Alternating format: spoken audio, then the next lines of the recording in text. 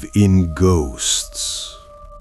Maybe not, but the story I am about to tell you isn't a movie script. It is a true event.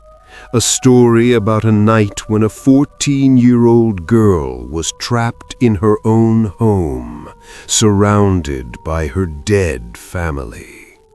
Imagine this. The father who taught you how to walk, suddenly standing before you, wanting to kill you.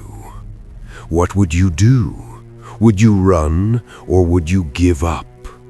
To understand what Emily did that night, you have to watch this until the very end, because the ending is more terrifying than you can imagine. The story begins 40 years ago. Deep in the woods, far from the city, stood an old estate known as Blackwood Manor. Locals said the ground itself was cursed. Even the wind seemed afraid to blow there. But inside this scary house lived a happy family. Emily, her mom, her dad, her little brother Rohan, her grandpa, and her uncle. Everything was fine until 6 months ago, when something strange happened. One night, screams were heard coming from the manor. By the next morning, the entire family had vanished. Everyone except Emily. Imagine being a 14-year-old girl, alone in a massive mansion, no lights, no phone, just silence and secrets hiding in the dark corners. Emily believed her family would return. She waited by the door every day. She didn't realize that they would come back, but not as humans. It was a pitch-black night. A storm was rattling the windows. Emily was in her room reading an old book. Suddenly, a sound pierced the silence. Thump, thump, thump.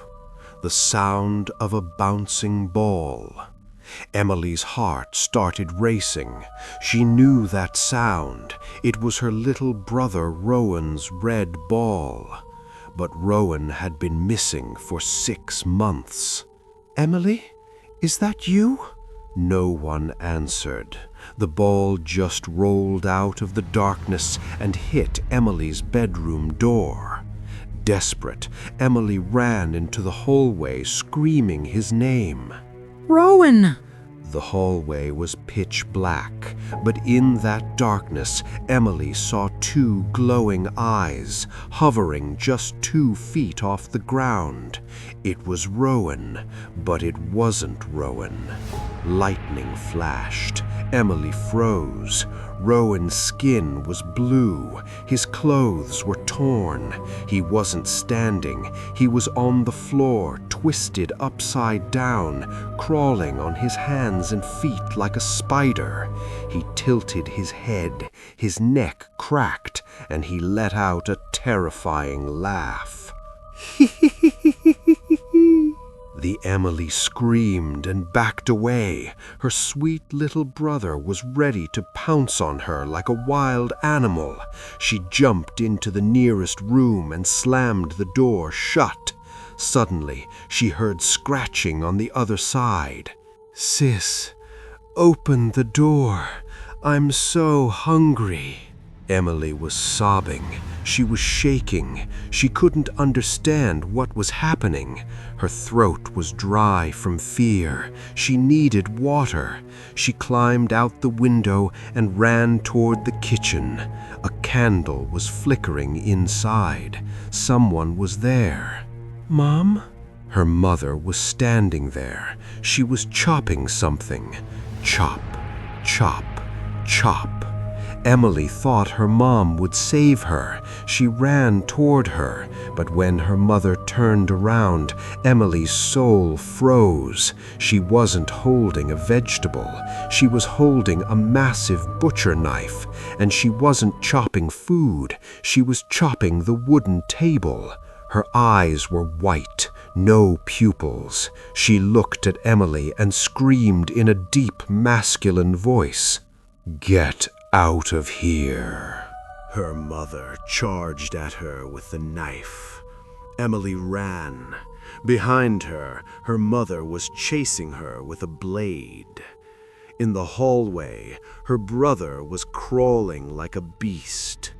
Emily ran toward the stairs, but at the top, her grandfather was blocking the way.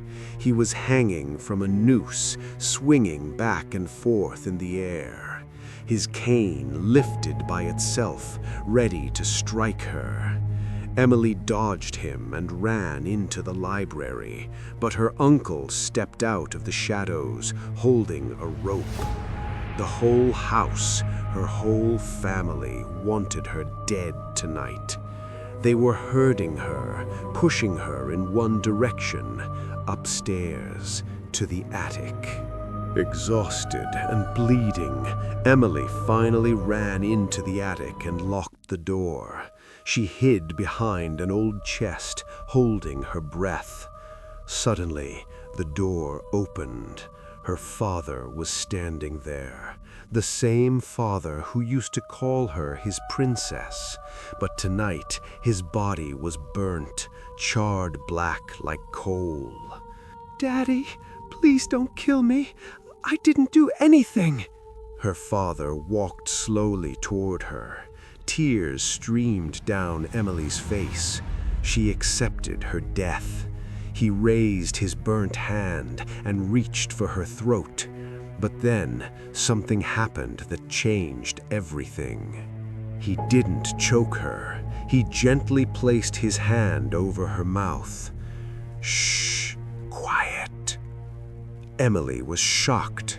Suddenly, from under the bed, Rohan grabbed her leg and pulled her underneath, not to bite her, but to hide her. That's when Emily felt it. The temperature in the room dropped to freezing. Directly behind where she had been standing, a sixth shadow emerged from the darkest corner. This wasn't her family. It was a demon, an ancient evil that had been sleeping in the house, and tonight it had woken up to take Emily. Her family wasn't scaring her. Her mother was running with the knife to fight the invisible shadow. Her grandfather blocked the stairs because the demon was waiting at the bottom. Her brother chased her into the room to keep her away from the danger. They had all crawled back from hell just to save their little girl. "Run, Emily!" Suddenly, all 5 spirits attacked the black shadow. A chaotic fight broke out. Objects flew across the room. The demon lunged for Emily, but her mother and uncle grabbed it. Her father smashed the attic window and grabbed Emily. "Go! Live your life!" He pushed her.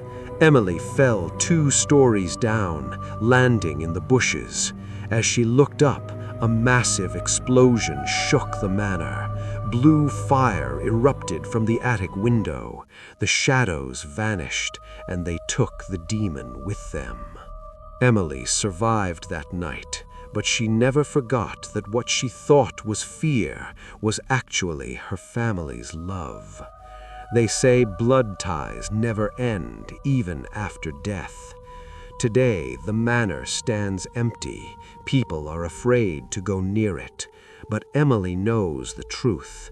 There are no ghosts in there, only guardians. So, if you ever feel like someone is watching you in the dark, don't be afraid.